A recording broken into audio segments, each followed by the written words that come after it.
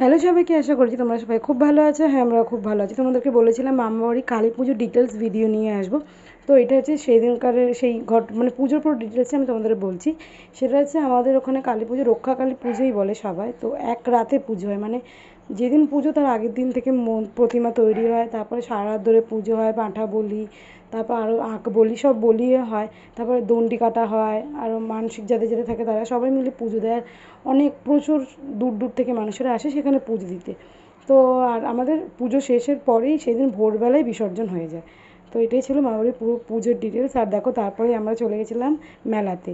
আর মেলাতে গেলে না, আমাদের ওখানে মানে দেশের মেলাতে তো কোনো রাইড থাকে না, তাই বাচ্চাদেরই বেশি মজা। দেখো, আমার বৌদির মেয়েটাকে দেখছিলেন, ওই মেহেন্দি পড়ছিলো, তারপর ও বাসন খেলছিল, খেলনা, যেগুলো আমরা সবাই ছোটোবেলায় কিনেছি। এইটাই ছিল, দেখো মেহেন্দি গালে পুরো লাগিয়ে দিয়েছিল। তারপরে আইসক্রিম খেয়ে তারপর বাড়ি এসে লুচির তরকারি খেয়ে ঘুমিয়ে পড়লাম। ভিডিওটি ভালো লাগলো like comment share subscribe, tata.